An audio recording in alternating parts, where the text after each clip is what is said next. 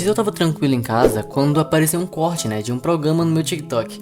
Um homem perguntando pra outra pessoa o que é a vida. Eu achei bem interessante e decidi ir atrás. E pessoas, eu me deparei com o melhor programa de entrevista que eu já vi.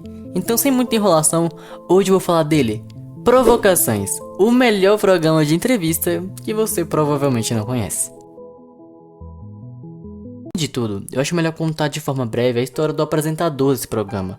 Antônio Bujara nasceu em Ourinhos em 1932. Ele era um apresentador, diretor de televisão, ator, o cara era tudo e mais um pouco.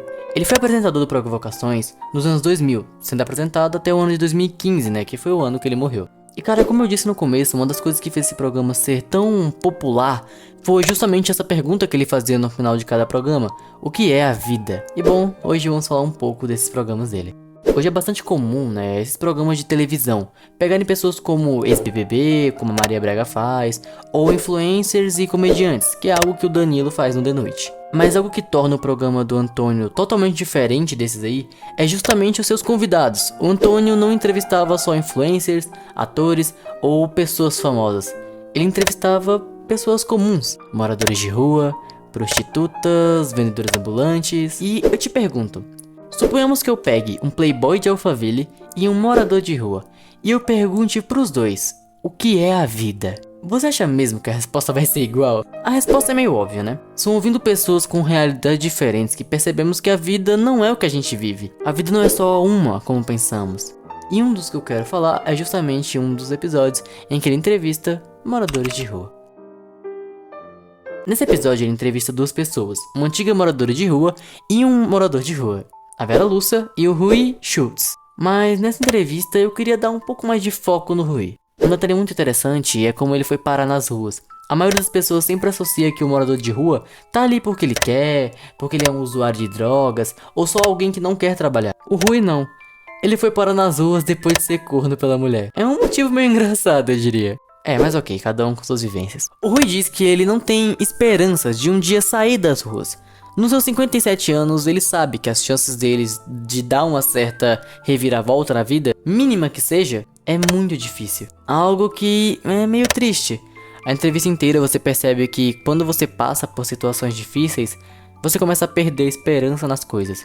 E no caso do Rui, aprende da forma mais cruel possível como a vida é uma merda. Aprende como a realidade é, com a própria realidade. O Rui sabe que ninguém liga pra ele. Sabe os perigos da rua. Sabe como a vida é cruel. E quando o Antônio pergunta se ele chora, ele diz que sim. Mas ele não chora de tristeza ou de alegria. Ele chora de raiva. Você chora? De vez em quando. Mas você chora por quê? De ódio, de angústia, de tristeza, de alegria? De raiva. Bom, um que além desse também me chamou a atenção foi aquele entrevista, na minha visão, o serviço mais mal visto de toda a sociedade: prostituta. Ele entrevista a profissional do sexo, Milena, uma garota de programa. E como eu mencionei antes em relação aos moradores de rua, as pessoas têm essa visão de que prostitutas são, como o próprio Antônio disse, mulheres de vida fácil. E bom, como a própria Milena disse, ela considera uma vida muito difícil na verdade. Que elas não são vagabundas como todos tendem a pensar. Ela, por exemplo, está ali por questão de sobrevivência.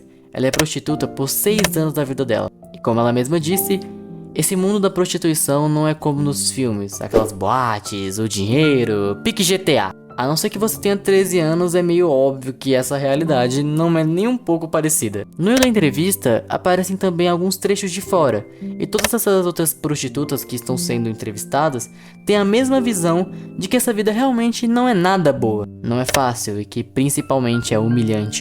E uma coisa que eu achei interessante também é como ela tem uma visão meio diferente em relação aos homens. Que o homem não é fiel e que é raro um homem ser fiel. Garotas que sentem vergonha da própria profissão.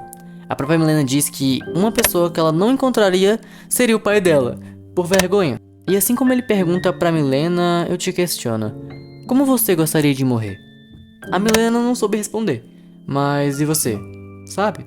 De todas as entrevistas que eu assisti, essa foi uma das mais que me abriu os olhos sobre como o mundo é. A última entrevista que eu recentemente assisti e que eu achei muito interessante e eu gostaria de compartilhar é com alguém que você provavelmente conhece, com um dos maiores fenômenos do hip hop brasileiro, Emicida. Na entrevista, você percebe como esse cara é simplesmente um gênio. Ele passa essa visão do mundo que ele viveu, uma visão de um cara que cresceu na periferia. O Emicida vai falando que foi a realidade dele, e eu realmente consigo me identificar um pouco com o que ele conta. Eu acho que qualquer pessoa que vive em uma periferia consegue, na verdade, sempre andar desconfiado, essa convivência com o crime, coisas que pra mim são coisas comuns do meu dia a dia, e pra outras pessoas são totalmente fora da realidade.